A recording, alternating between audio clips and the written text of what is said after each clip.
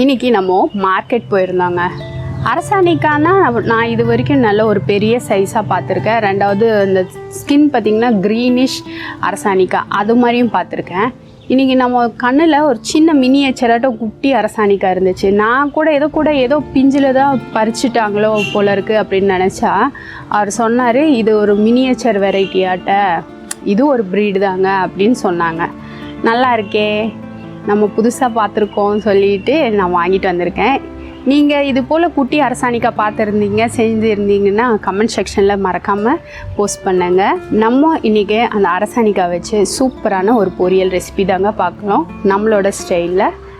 இன்றைக்கி நம்ம அரசாணிக்கா பொரியல் எப்படி பண்ணுறதுன்னு பார்க்கலாங்க. Welcome to R channel my first view.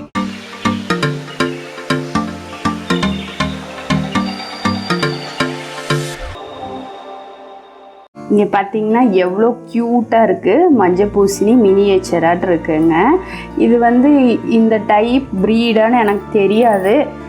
நான் வாங்கிட்டு வந்துட்டேன். கடைக்காரர் இது போல் சின்னதும் இருக்குது அரசாணிக்காய் அப்படின்னு சொன்னாங்க.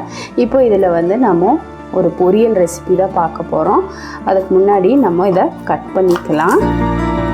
பார்த்திங்கன்னா இது போல் தான் இருக்குது. நீங்கள் இது போல் சின்ன அரசாணிக்கா பார்த்துருந்தீங்கன்னா கமெண்ட் செக்ஷனில் சொல்லுங்கள். நான் இதுதான் ஃபஸ்ட் டைம் பார்க்குறேன். இப்போ இந்த விதையெல்லாம் நீக்கிடலாம். விதையெல்லாம் பார்த்திங்கன்னா பிஞ்சாக தான் இருக்குது. கொஞ்சம் முத்தலாக இருந்தால் கூட நம்ம தொட்டியில் போட்டு செடி வளருதான்னு டெஸ்ட் பண்ணி பார்க்கலாம். நம்ம பார்த்திங்கன்னா இந்தளவுக்கு சின்ன சின்ன பீஸாக கட் பண்ணிக்கலாம். நான் தோலோடு தான் கட் பண்ணுறேன்.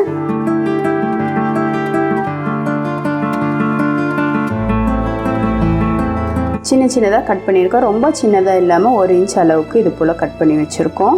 இங்கே மண் பாத்திரம் தான் வச்சுருக்கோம். நல்லா சூடானதும் நான் இதில் 1 டேபிள் ஸ்பூன் அளவுக்கு எண்ணெய் சேர்த்திக்கிறேங்க. ரீஃபைண்ட் ஆயில் தான் சேர்த்திருக்கேன். நல்லா சூடானதும் கடுகு உளுத்தம் பருப்பு சேர்த்திடலாம். கடுகு நல்லா பொரிஞ்சு வரட்டும். இப்போ கடுகு நல்லா பொரிஞ்சிட்டுது. இதில் ஒரு 1/4 டீஸ்பூன் அளவுக்கு சீரகம் சேர்த்திக்கிறேன்.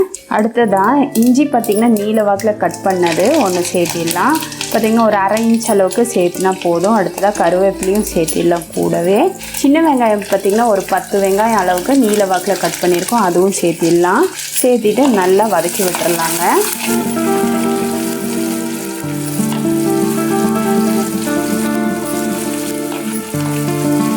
அடுத்ததாக இதோட பச்சை மிளகாய் நான் 2 கட் பண்ணி வச்சுருக்கேன், அதுவும் சேர்த்திடலாங்க. இது காரமாக இருக்கிறதுனால நான் 2 மட்டும் சேர்த்திருக்கேன். இப்போ வெங்காயம் பார்த்திங்கன்னா நமக்கு நிறம் மாறுற வரைக்கும் நம்ம வதக்கி கொடுத்துடலாம். பொதுவாக மஞ்சள் பூசணிக்காய் இது போல் பொரியல் பண்ணாலும் நல்லாயிருக்கும். இது கூட பச்சை வரை சேர்த்து பொரியல் பண்ணோம்னா இன்னும் கூட சூப்பராக இருக்குங்க. அப்படி இல்லாட்டி இதுலேயும் மோர் குழம்பு அது மாதிரியெல்லாம் பண்ணலாம், நல்லாயிருக்கும்.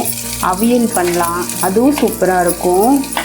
அப்படி இல்லாட்டி நம்ம மஞ்சள் பூசணியை வேக வச்சு நல்லா பேஸ்டாக்கி நம்ம கோதுமை மாவில் கலந்து சப்பாத்தி போல் ரொட்டி போலெல்லாம் சேர்த்து சாப்பிட்லாம். இப்போல்லாம் அதுவும் ரொம்பவே சூப்பராக இருக்கும்.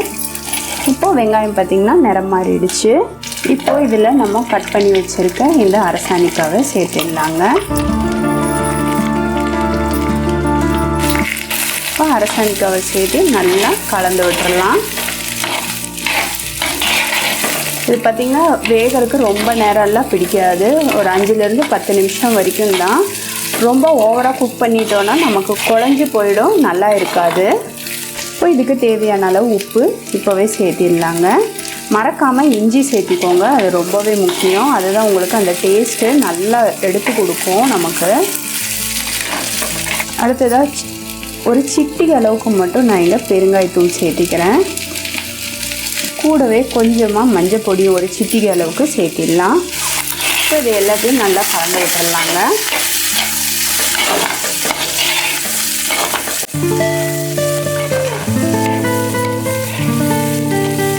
நம்ம அரசாணிக்காய் பெரிய சைஸ் தான் பார்த்துருப்போம். இந்த தடவை பார்த்திங்கன்னா எனக்கு இந்த மாதிரி குட்டி சைஸ் மார்க்கெட்டில் கிடச்சிது.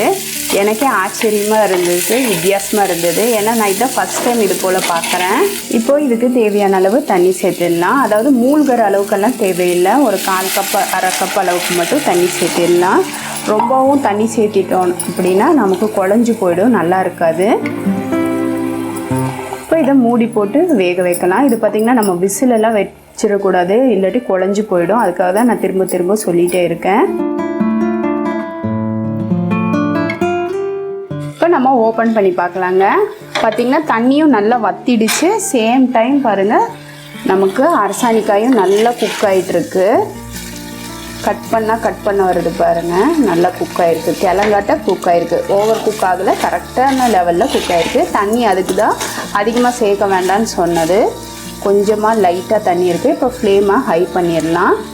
எப்போவுமே தண்ணி பார்த்திங்கன்னா ஒரு 1/4 கப் அளவுக்கு விட்டுட்டு மீடியம் ஃப்ளேமில் மூடி வச்சு வேக விட்டிங்கன்னா நல்லா சூப்பராக கிழங்கு போல் வெந்திருக்கும் நமக்கு.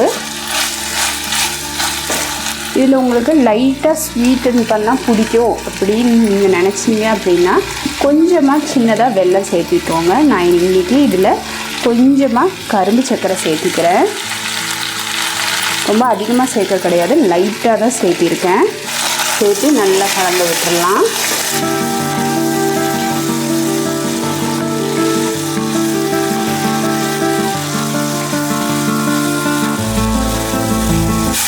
கடைசியாக துருவிய தேங்காவை சேர்த்திடலாங்க.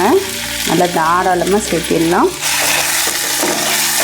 தேங்காய் பார்த்திங்கன்னா ரொம்ப வதங்கக்கூடாது, லைட்டாக அந்த பச்சை மணத்தோடு இருக்கணும். அப்போ தான் டேஸ்ட்டு ரொம்பவே சூப்பராக இருக்கும். நம்ம இப்போது ஃப்ளேமை ஆஃப் பண்ணிடலாங்க.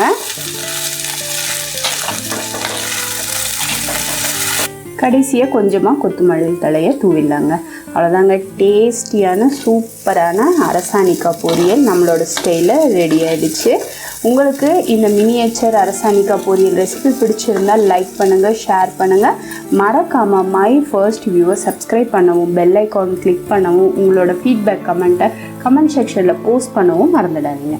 இது வரைக்கும் வீடியோவை பொறுமையாக பார்த்ததுக்கு ரொம்ப ரொம்ப நன்றி ஃப்ரெண்ட்ஸ். தேங்க்யூ.